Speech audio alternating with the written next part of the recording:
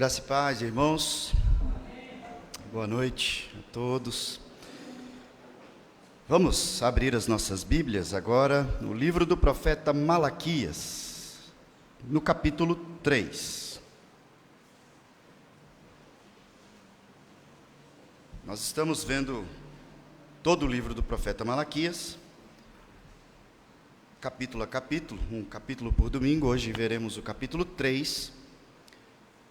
No domingo que vem, nós encerramos o livro do profeta Malaquias. Por motivo de entendimento e para melhorar a didática na nossa dinâmica aqui, eu vou ler o capítulo 3, nós veremos hoje até o verso 12. Então, no domingo que vem, quando veremos o capítulo 4, nós veremos o final do capítulo 3 e também o 4. Então, hoje eu vou ler, pegando aí o finalzinho do capítulo 2, o verso 17 também do capítulo 2, e o capítulo 3 até o verso 12. A palavra do Senhor diz assim: Enfadais o Senhor com vossas palavras, e ainda dizeis: em que enfadamos? Nisto que pensais. Qualquer que faz o mal passa por bom aos olhos do Senhor, e desses é que ele se agrada. Ou, onde está o Deus do juízo? Eis que eu envio o meu mensageiro, que preparará o caminho diante de mim. De repente virá ao seu templo o Senhor, a quem vós buscais, o anjo da aliança, a quem vós desejais. E eis que ele vem, diz o Senhor dos exércitos. Mas quem poderá suportar o dia da sua vinda? Quem poderá subsistir quando ele aparecer? Porque ele é como o fogo do ourives, e como a potassa dos lavandeiros. Assentar-se-á como derretedor e purificador de prata. Purificará os filhos de Levi, e os refinará como ouro e como prata. Eles trarão ao Senhor justas ofertas. Então a oferta de Judá e a de Jerusalém será agradável ao Senhor, como nos dias antigos e como nos primeiros anos. Chegar-me-ei a vós, outros, para juízo. Serei testemunha veloz contra os feiticeiros e contra os adúlteros e contra os que juram falsamente e contra os que defraudam o salário do jornaleiro e oprimem a viúva e o órfão e torcem o direito do estrangeiro e não me temem, diz o Senhor dos exércitos. Porque eu, o Senhor, não mudo. Por isso, vós, ó filhos de Jacó, não sois consumidos. Desde os dias de vossos pais, vos desviastes dos meus estatutos, e não os guardastes. Tornai-vos para mim, e eu me tornarei para vós outros, diz o Senhor dos exércitos. Mas vós dizeis: em que havemos de tornar? Roubará o homem a Deus? Todavia, vós me roubais, e dizeis: em que te roubamos? Nos dízimos e nas ofertas. Com maldição sois amaldiçoados, porque a mim me roubais, vós, a nação toda. Trazei todos os dízimos à casa do tesouro, para que haja mantimento na minha casa. E provai-me nisto, diz o Senhor dos exércitos, se eu não vos abrir as janelas dos céus e não derramar sobre vós bênçãos sem medidas. Por vossa causa repreenderei o devorador, para que não vos consuma o fruto da terra. A vossa vide no campo não será estéril, diz o Senhor dos exércitos. Todas as nações vos chamarão felizes, porque vós sereis uma terra deleitosa, diz o Senhor dos exércitos. Até aqui a leitura. Vamos ao Senhor em oração. Senhor Deus, estamos reunidos em Teu nome, prestando ao Senhor um culto. Estamos diante da Tua palavra e orientados por ela mesma, ó Pai, somos informados de que o entendimento da Tua palavra vem pelo agir do Teu Santo Espírito na fiel exposição da mesma. E esta é a nossa oração, ó Pai. Use de misericórdia para que eu seja um instrumento do Senhor na exposição fiel, tão somente da Tua palavra, e que o Teu Santo Espírito nos dê entendimento nesse momento de culto ao Senhor. É o que nós te pedimos em nome de Jesus. Amém. Eu brinquei muito, irmãos, de estilingue. Algumas pessoas chamam de, dependendo da região, de atiradeira, de baladeira. Há regiões do país que chamam de bodoque. À medida em que você brinca, pratica, treina, você vai ficando bom e você consegue acertar com bastante precisão coisas bem pequenas, a grandes distâncias, com o seu estilingue. Eu aprendi que as pedras deveriam ser escolhidas com muito cuidado e isso ajudava muito. Não podia ser qualquer pedra, pedras muito deformadas, quadradas. Aquelas pedras arredondadas eram as melhores, aquelas que ficam ali na beirinha dos riachos ou até na curva desses riachos. E para que eu tivesse sempre boas pedras, bem escolhidas, a minha mãe fez para mim uma capanga. Ela fez de calça jeans velha, ela costurou ali uma capanga. E então eu escolhia as melhores pedras e ia enchendo aquela capanga de maneira que eu nunca ficasse sem pedras muito bem escolhidas. Em outros lugares do nosso país, essa capanga tem outros nomes também, assim como o estilingue. Descobri lugares que chamam de embornal, bolsa mesmo. E esses nomes variam de acordo com o lugar, com a época, com a região. Mas descobri também que capanga não era só para carregar pedra. Era uma bolsa com uma série de utilidades. Assim como nós vemos pessoas usando bolsas comumente hoje para carregar uma série de coisas, desde compras, utensílios e até o dinheiro numa bolsa pequena. O profeta Ageu, que nós observamos aqui hoje na leitura da liturgia, ele fala de uma bolsa, nesse sentido, uma bolsa que era muito comum no tempo aqui dos profetas menores. Ele fala de um tal de saquitel, um embornal, uma capanga, e ele fala de um saquitel que é como se ele não tivesse fundo, um saquitel sem fundo, ele é furado. Ele diz: olha, irmãos, vocês estão vivendo a vida de vocês como se toda a vida de vocês estivesse sendo depositada numa bolsa, num saquitel furado, sem fundo. Você coloca e você perde, você não consegue ver o resultado, o fruto do seu trabalho. E Ageu fala dessa forma, numa dimensão que não envolve só dinheiro ou coisas materiais que você pode reunir, ajuntar, guardar. Ele fala para Israel que é como se toda a vida de Israel estivesse sendo depositada num saquitel furado. Os relacionamentos, a vida espiritual, você coloca num saco furado. O texto de Ageu, capítulo 1, no verso 6, diz: tendes semeado muito, recolhido pouco. Comeis, mas não chega para fartar-vos. Bebeis, mas não dá para saciar-vos. Vestivos, mas ninguém se aquece. O que recebe salário, recebe-o para pô-lo num saquitel furado. Ageu está dizendo ao povo de Deus que se você não levasse Deus a sério, as coisas concernentes ao reino de Deus, tudo que você fizesse na sua vida, todo o fruto do seu trabalho, todo o fruto do seu esforço e até mesmo da sua vida espiritual e seus relacionamentos, são como colocar numa bolsa sem fundo. Você acha que está guardando, mas você não vê resultado, você não vê fruto, você não alcança essa vida bem-aventurada que nós lemos já em 4 textos, só nesse culto agora da noite. Você coloca ali, no saquitel furado, na capanga sem fundo, e quando você abre para pegar, não está mais lá. Você nem sabe para onde foi. Você simplesmente nada rende, nada frutifica, nada multiplica, você não conquista, você não cresce, você não vê. Irmãos, por favor, entendam isso de uma maneira importante na vida de vocês. A sua vida pode estar toda exatamente como o profeta Ageu e Malaquias falam.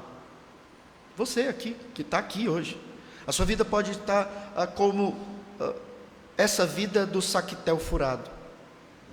O fruto do seu trabalho, seus relacionamentos, a sua saúde, sua alegria, sua disposição, seu humor.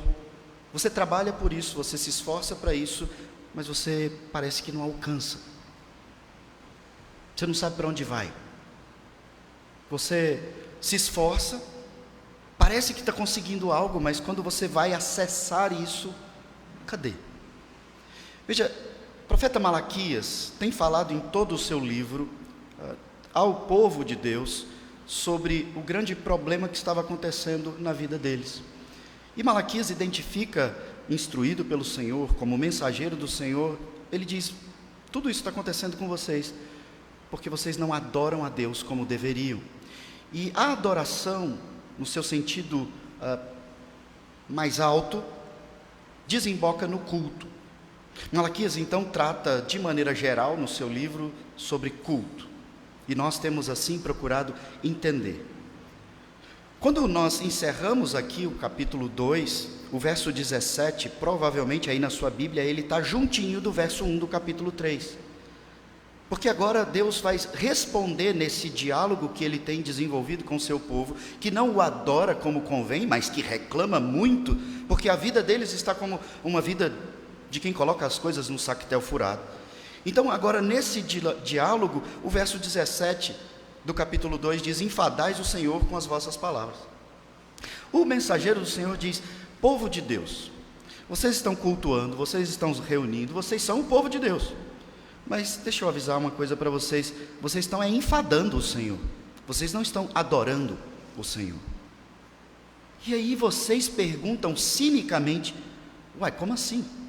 Em que enfadamos, em que nós cansamos o Senhor? É a pergunta ainda no verso 17.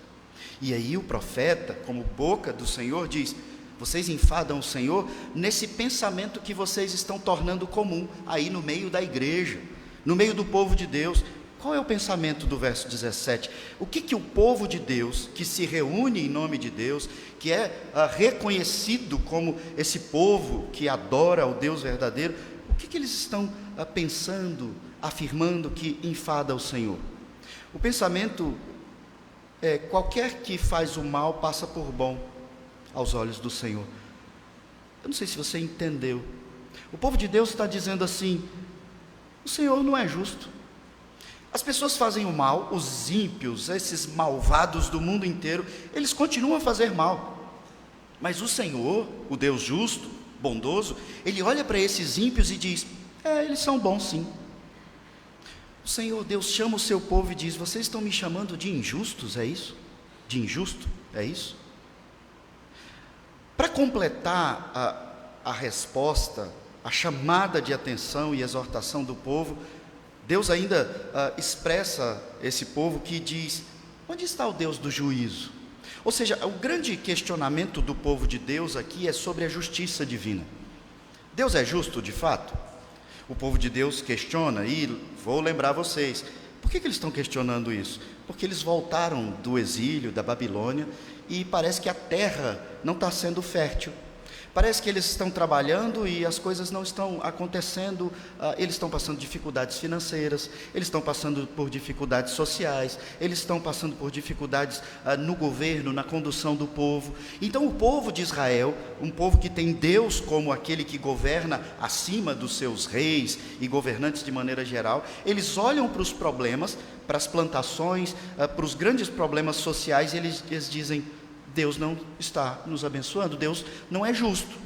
Nós somos o povo dele, nós vamos no culto, nós fazemos a nossa parte, mas Deus não faz a dele. Veja os ímpios, veja o povo da Babilônia, eles são prósperos. Veja aquele ímpio que nem conhece a Deus, ele é feliz. Veja aquele, quanto ele é saudável. Veja aquela outra nação, eles são ricos, tudo que eles fazem multiplica. Nós já abordamos esse tema aqui várias vezes, porque Deus não é cego a estas coisas, e Ele se dá o trabalho de revelar isso para que nós, então, não andemos por esses caminhos. caminhos que os nossos irmãos no passado andaram, e que talvez esteja rondando o seu coração quando você olha para estas coisas, e olha para a sua vida e diz: Senhor, eu estou indo para o culto, eu estou fazendo, eu creio no Senhor, estou fazendo a minha parte, eu dou até o dízimo, por que a minha vida parece que não vai para frente? Por que parece que tudo que eu faço é como colocar num saquetel furado? Capítulo 3, então, inicia no verso 1 com uma resposta muito direta. O Senhor dizendo: eis que eu envio o meu mensageiro. É como se Deus estivesse aqui: olha só, eu vou responder vocês. Essa questão toda aí, que vocês estão me enfadando, achando que eu sou injusto, isso aí já está resolvido nos meus decretos eternos. Já está programado, já está estabelecido, já está decretado. O meu mensageiro está indo. E vocês então vão ver que o grande problema da minha justiça, que aos olhos de vocês é um problema, ou pelo menos aos olhos do mundo é um problema, ele já está resolvido. Eu estou enviando um mensageiro, e esse mensageiro vai preparar o caminho diante de mim. E veja que importante nós olharmos para Malaquias, nós que estamos aqui tantos anos depois, e entendemos que Malaquias está antes da vinda de Cristo, e ele está profetizando: olha, virá um mensageiro. O mensageiro, a palavra original aqui é: ele aplana o caminho. Quem andou muito na zona rural sabe bem o que é isso. Você pega uma estrada que não tem nem um trieiro, é cheio de mata, cheio de pedra, e o mensageiro, o Senhor diz, ele vai aprumando, aplanando, limpando, tirando toda a sujeira, para que eu passe. Eu vou pegar um terreno limpo, eu vou caminhar, eu vou chegar onde eu preciso chegar sem problema. O mensageiro é aquele que vai na frente. Quem é o mensageiro, irmãos? Para que o próprio Deus chegue. E aqui ele fala do Senhor. Aí ele explica melhor. Esse Senhor com S maiúsculo é o anjo da aliança. De quem que ele está falando?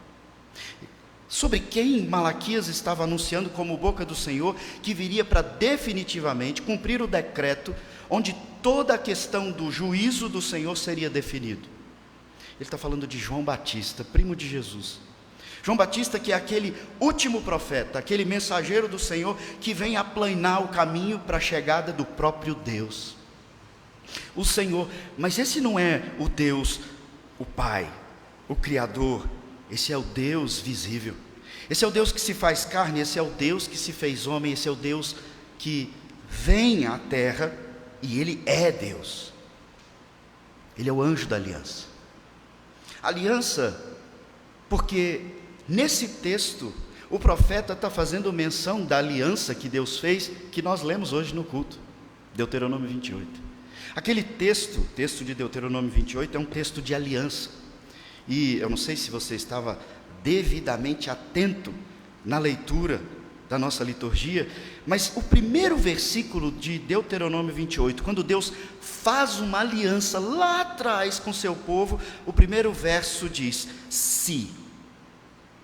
se atentamente ouvires a voz do Senhor, teu Deus, tendo cuidado de guardar todos os teus mandamentos que hoje te ordeno, o Senhor, teu Deus, te exaltará sobre todas as nações. Se ouvirdes a voz do Senhor, teu Deus, virão sobre ti e te alcançarão todas estas bênçãos. Bendito bendita a tua cidade, bendito o fruto do vosso ventre e fruto da terra, fruto dos teus animais, da cria das tuas vacas e das tuas ovelhas, bendito o fruto do cesto, da maçadeira, bendito você será ao entrar, bendito ao sair. O Senhor vai fazer com que todos os seus inimigos sejam derrotados, todos os que se levantam contra ti. Por um caminho eles vão sair contra ti, sim, no mundo tereis aflições, Cristo disse. Mas por 7 caminhos eles fugirão da tua presença. Entenda, verso 8 de Deuteronômio 28, o Senhor determinará que a bênção esteja nos teus celeiros, e em tudo que colocares a mão.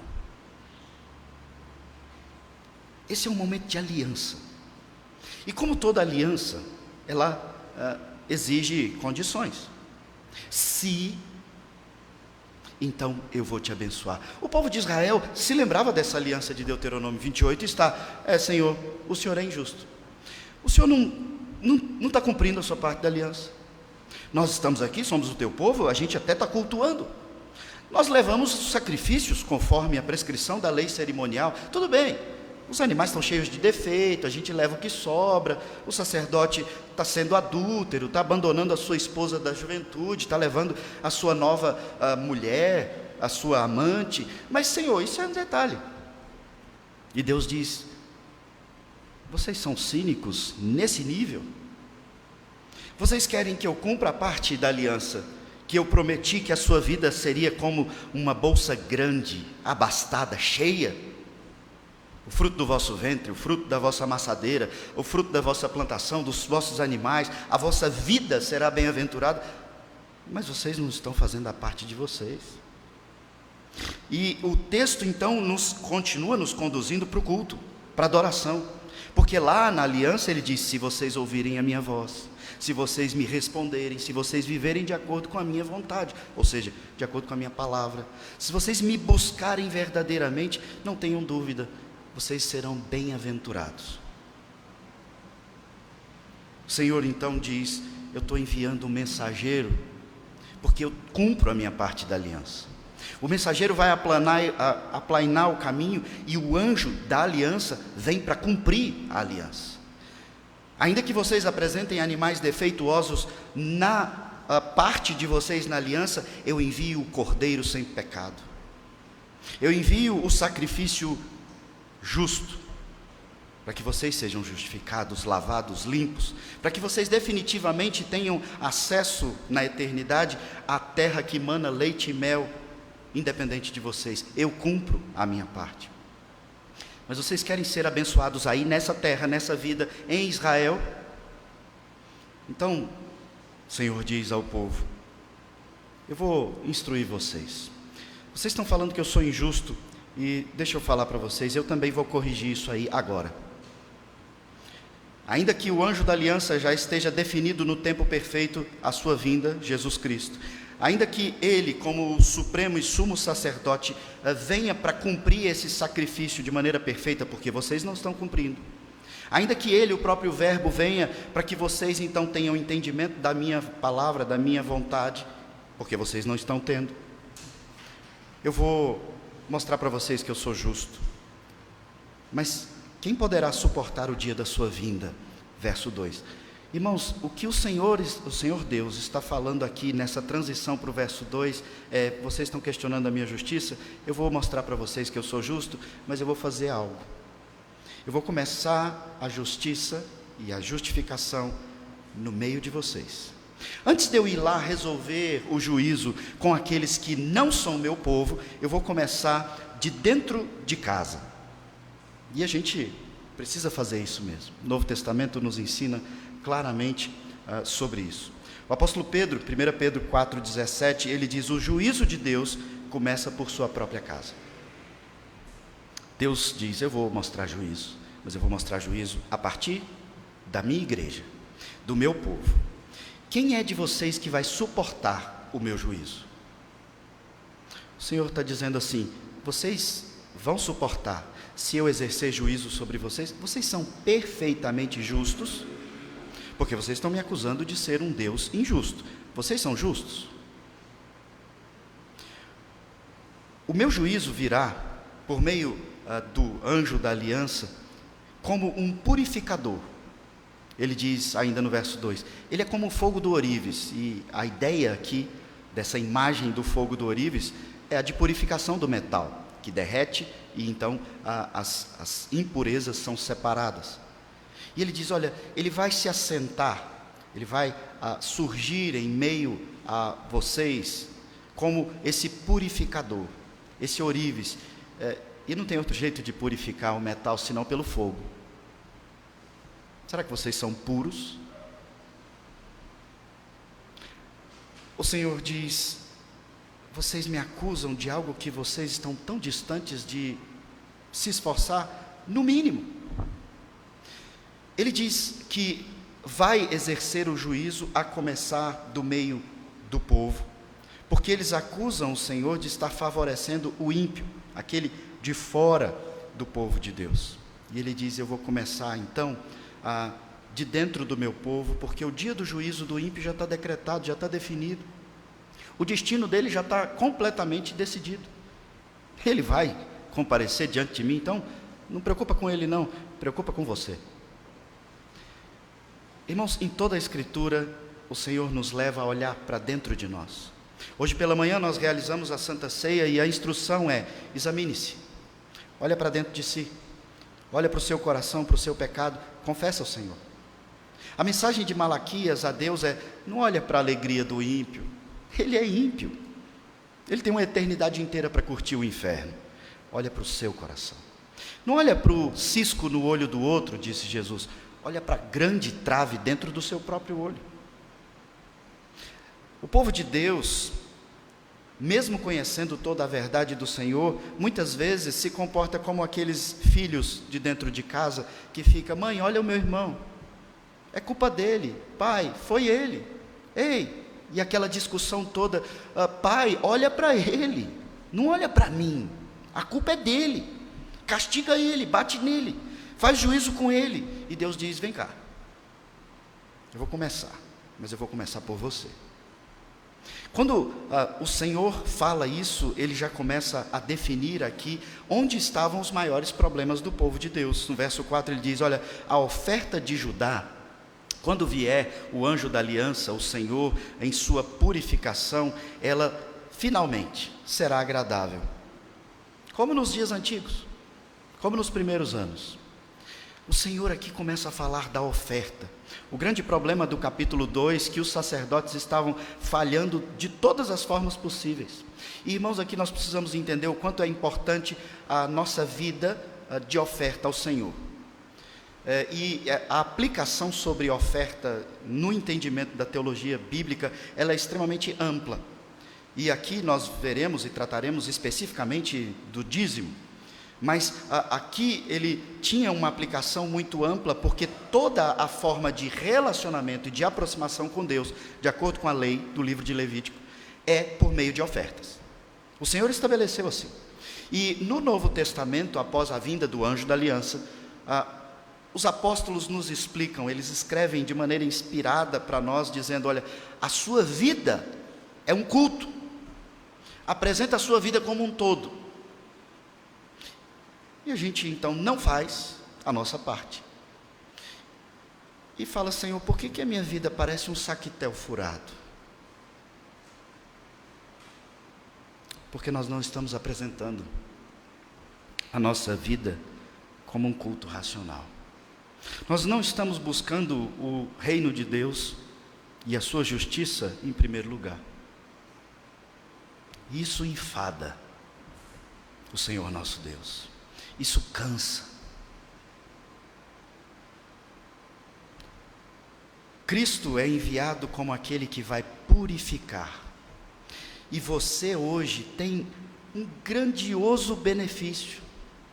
Você não está no tempo de Malaquias. Você já está depois do tempo em que o mensageiro veio, anunciou, e você deve se lembrar qual era a grande mensagem de João Batista: arrependam-se. Arrependam-se. O foco de toda a pregação de João Batista era: arrependam-se, porque o Senhor está chegando. E quando Cristo vem, Ele anuncia o Evangelho, e a grande mensagem em torno do Evangelho é: reconheça o seu pecado, eu vim para vos salvar, se confessares, eu te perdoo.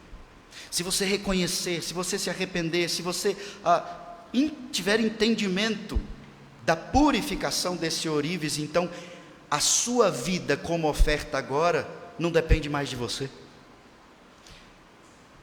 Porque o sangue do Cordeiro sem defeito, ele te lava, ele te purifica, ele te dá acesso ao Santo dos Santos, que ninguém do Antigo Testamento tinha, a não ser sacerdotes específicos.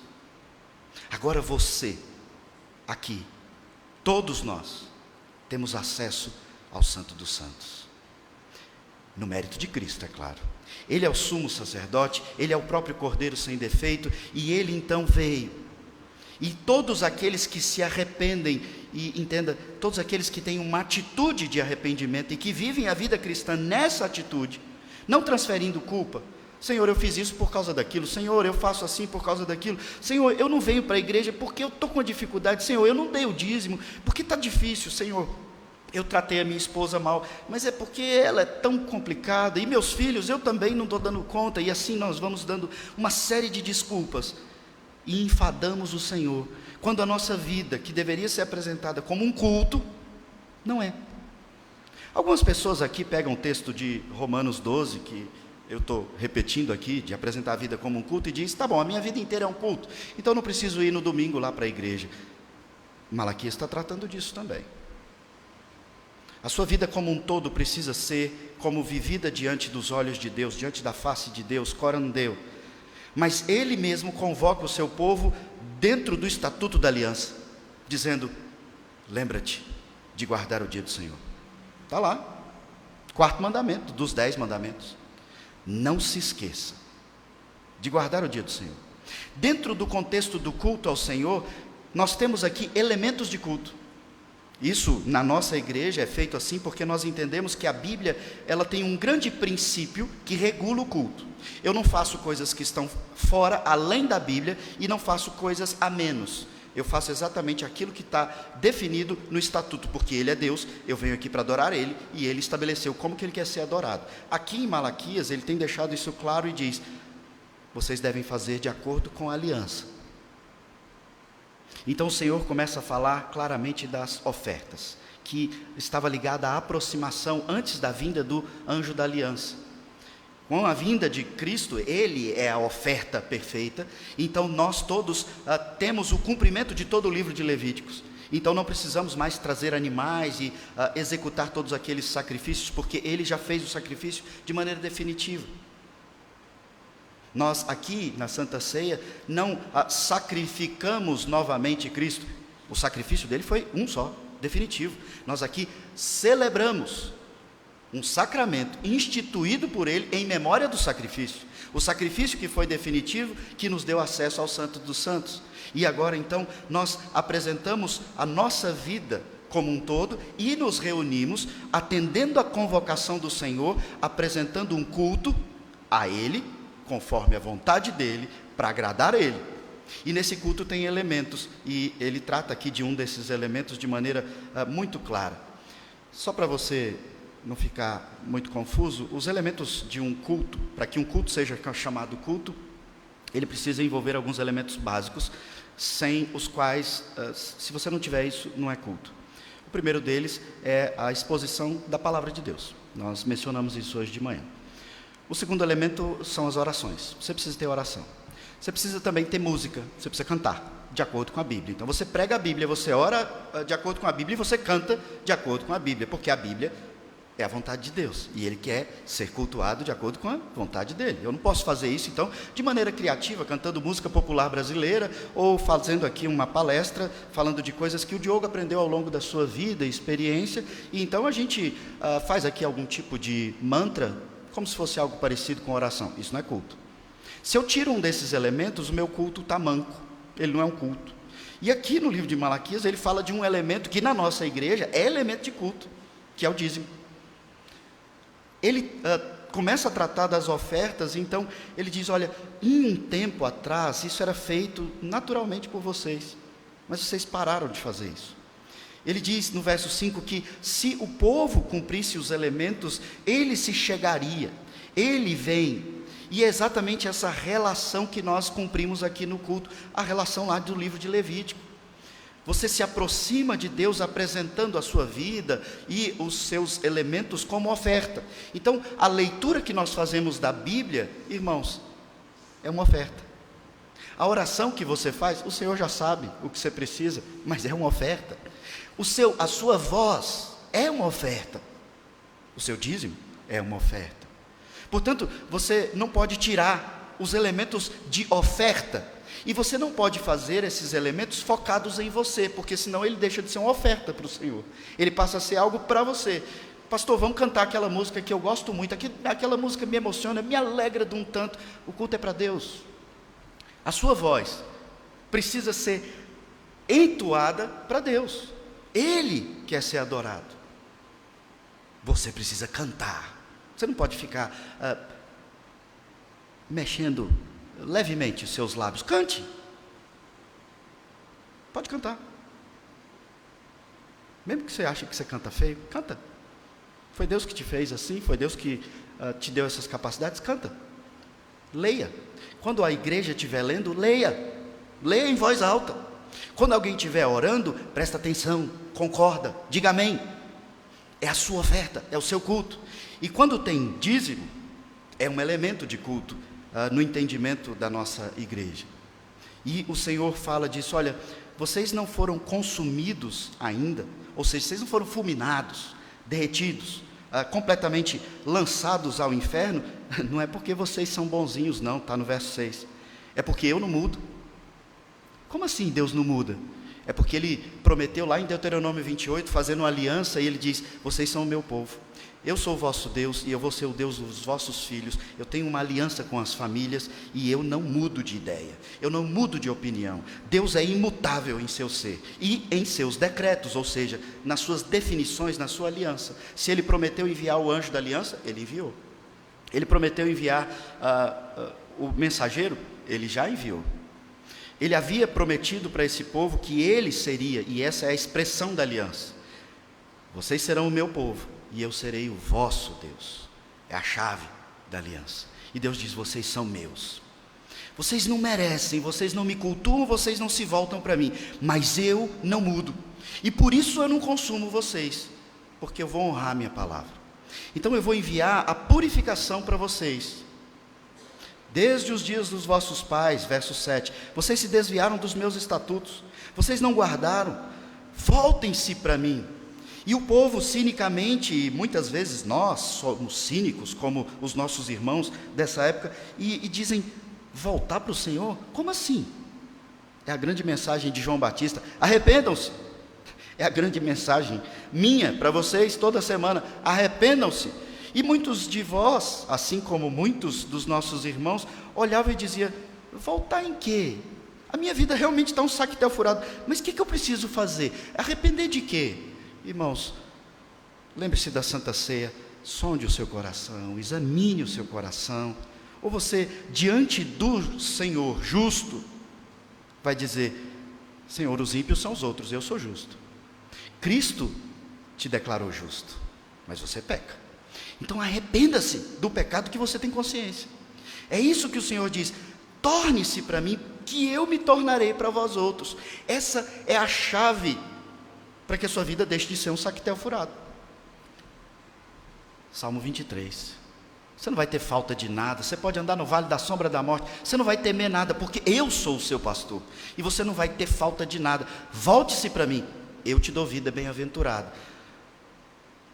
Então a gente não vai ter tristeza? Vai.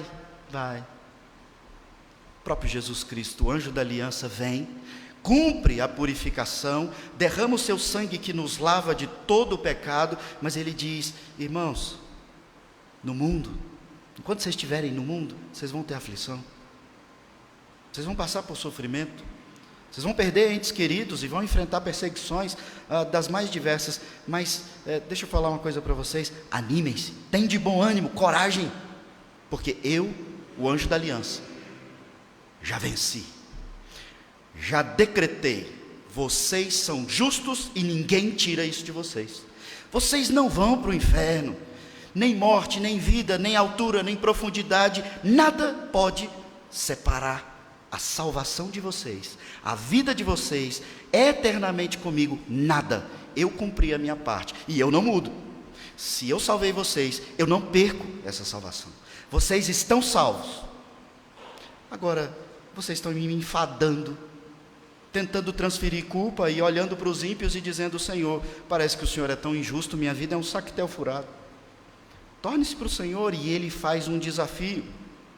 Quando Ele diz que o povo está fazendo isso, e inclusive roubando a Deus, no verso 8, eles perguntam, mas roubando? Como que a gente rouba a Deus? E Ele diz, olha, eu já tenho amaldiçoado vocês, sabia disso? Verso 9. Com maldição tem sido, vocês são amaldiçoados. Mas eu quero dizer para vocês, sabe por que vocês estão sendo amaldiçoados? E entenda, era um povo que vivia majoritariamente da agricultura. Quem é que dá a germinação da semente? Quem é que manda chuva? Quem é que faz, de uma maneira milagrosa, com que uma sementinha enterrada, vire uma árvore. Deus. E você diz, não, mas o meu salário vem do fruto do meu esforço. E se ele parar de mandar chuva? E se ele parar de controlar as estações? E se só tiver sol? E se só tiver noite? E se as águas do mar resolverem invadir todos os continentes? Você? É o fruto do seu trabalho?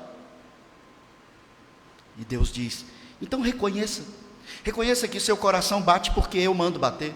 Reconheça que você faz algo fantástico, transformando o oxigênio e ele caminhando nas suas veias e as suas células e todas as suas moléculas funcionando. Você sabe falar, você entende, você ouve, você vê, você anda, você caminha, você trabalha, você se comunica. Tudo isso é determinado pelo Senhor da aliança. E você diz, Senhor,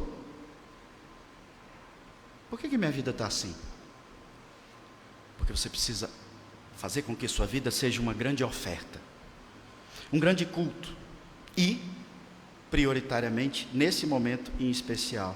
Verso 10, então, ele lança um grande desafio que pessoas adeptas da teologia da prosperidade usam de maneira errada, como se você pudesse comprar, então, essa vida bem-aventurada. Não é isso que Deus está fazendo aqui. Você precisa ler o livro de Malaquias no contexto do livro de Malaquias todo. Você não pode ler só o verso 10 do capítulo 3. Você precisa entender que tudo aqui está dentro de um contexto onde o povo está sendo repreendido pelo Senhor por serem negligentes na vida em resposta ao Senhor. Então ele diz, tragam as ofertas, tragam os dízimos. Vem, e trazer o dízimo envolve o culto, envolve o sacrifício perfeito e envolve o dízimo em si. A palavra dízimo, irmãos, ela literalmente quer dizer 10%, décima parte. E dízimo é mais antigo do que qualquer um de nós, inclusive nas Escrituras, na Bíblia. Gênesis 14, Abraão já deu dízimo. Gênesis 28, Jacó dá dízimo. Levítico 27, temos instrução de dízimo, tanto para o sustento dos levitas, envolvidos com o culto, como também os levitas davam o seu dízimo, e isso era separado, a décima parte, para o sustento dos sacerdotes. Então Deus elaborou um grande projeto de sustento da sua causa por meio do dízimo. Dízimo, então, é indiscutível, sempre existiu, e Deus não precisa de dinheiro no reino dos céus, mas a causa do Senhor na terra precisa do dízimo. Então, nada mais natural que alguém que crê e reconhece que o Senhor dá o sustento e toda a bênção, participe dessa causa, dizimando. Mas eu não gosto da forma com que o conselho administra o dinheiro. Irmãos, isso demonstra falta de confiança em Deus. Se o conselho, ou o administrador, ou o tesoureiro está fazendo algo errado, a lei é a mesma, ele vai responder.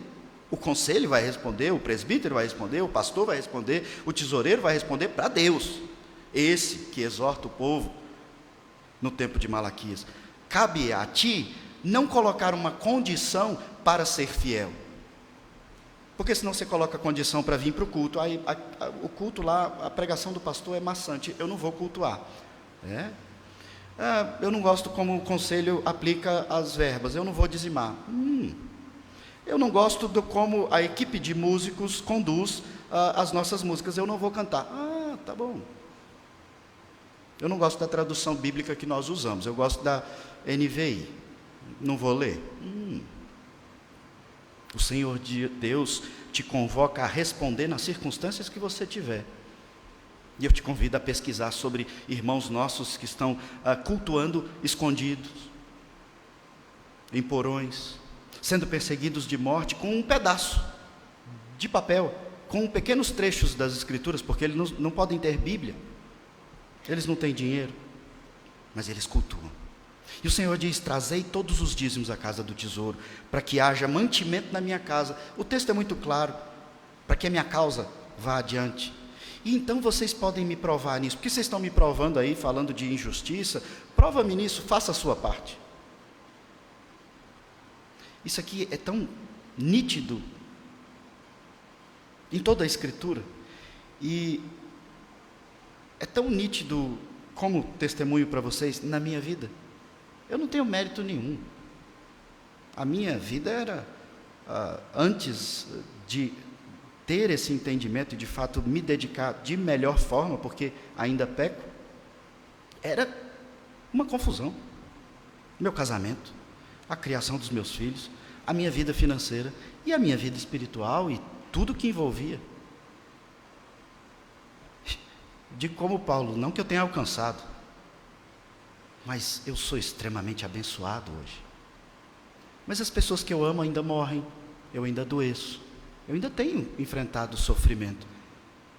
Mas como Paulo, tudo posso naquele que me fortalece, naquele que me sustenta, naquele que me dá consolo, conforto e conduz.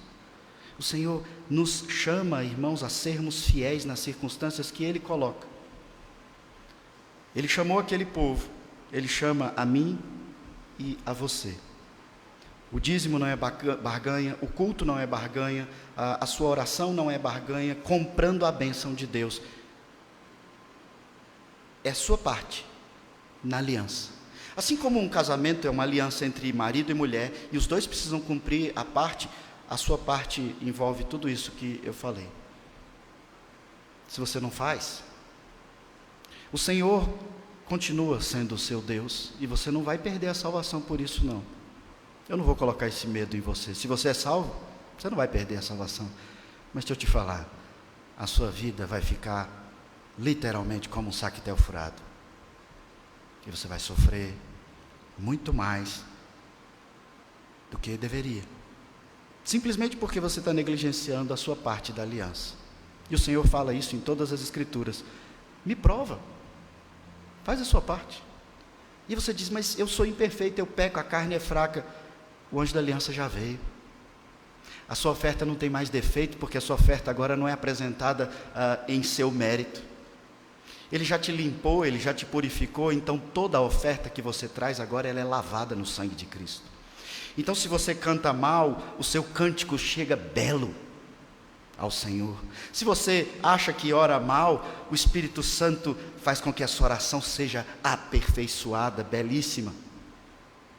Se você lê e acha que não entende, nós temos visto isso em Coríntios, o Espírito Santo te dá entendimento, o Senhor te abençoa de todas as formas, irmãos, e Ele abençoa na sua vida profissional, na sua vida espiritual, na sua vida emocional, na sua saúde, em todos os aspectos.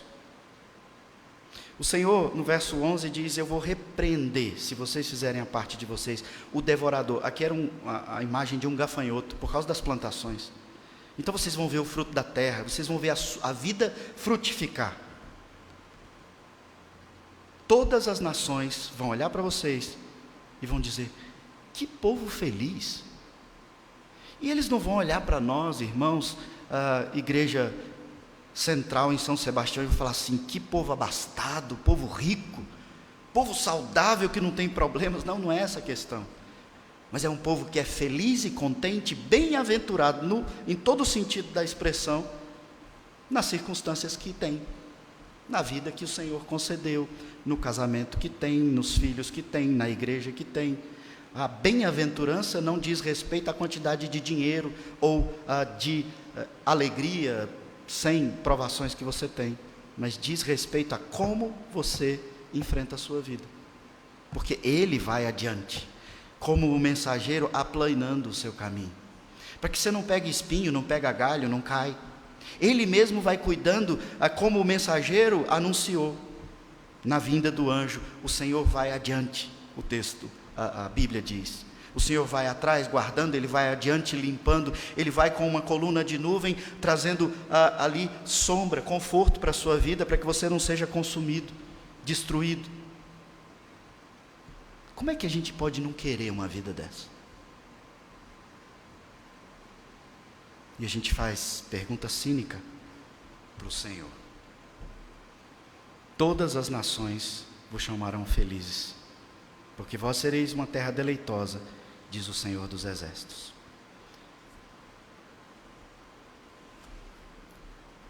Na minha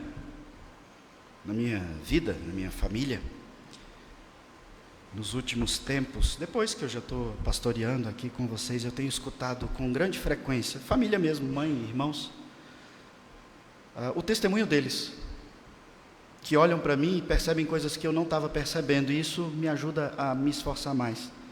Eles dizem, como o Senhor tem sido bondoso, como a sua vida tem sido abençoada, Como você vive bem, parece que você está o tempo todo animado, o tempo todo feliz, o tempo todo alegre, parece que seu casamento não tem problema, parece que seus filhos não te dão dor de cabeça, parece que vai tudo bem na nossa vida, e meus irmãos falam isso, a minha mãe fala isso, eles dizem, como você vive bem?